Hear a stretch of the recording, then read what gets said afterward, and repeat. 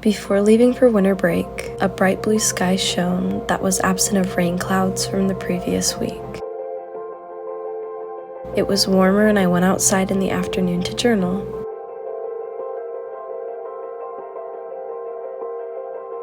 Over the past year, I've prioritized reconnecting with the natural world, so even going outside once a day and being mindful has helped me commit to this.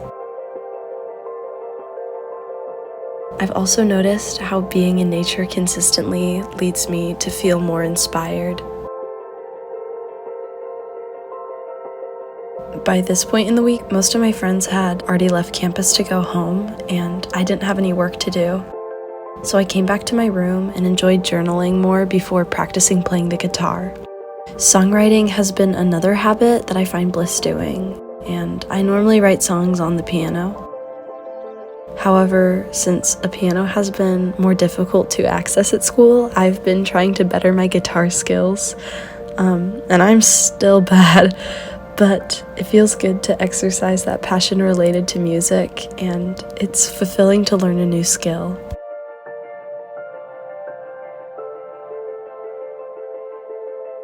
The next day, the clouds rolled back in. I don't live incredibly far from school, just about 2 hours, but watching the scenery change during the drive fascinates me.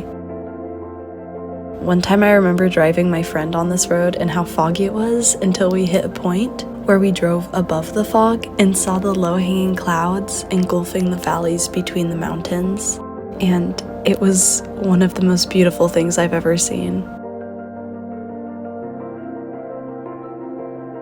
As soon as we arrived home, there were a few hours before we would be traveling again.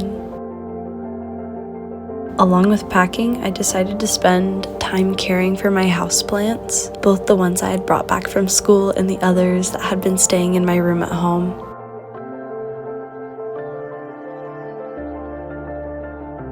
Although there are certain habits that I find myself rotating through, I've began to let go of an expectation to consistently do the same mindful activities.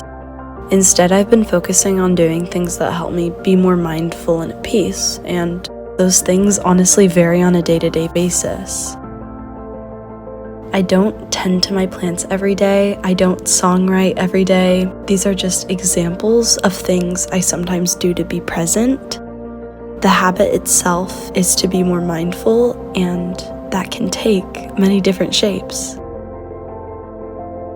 Whenever I travel, my routine naturally changes, and so do my habits.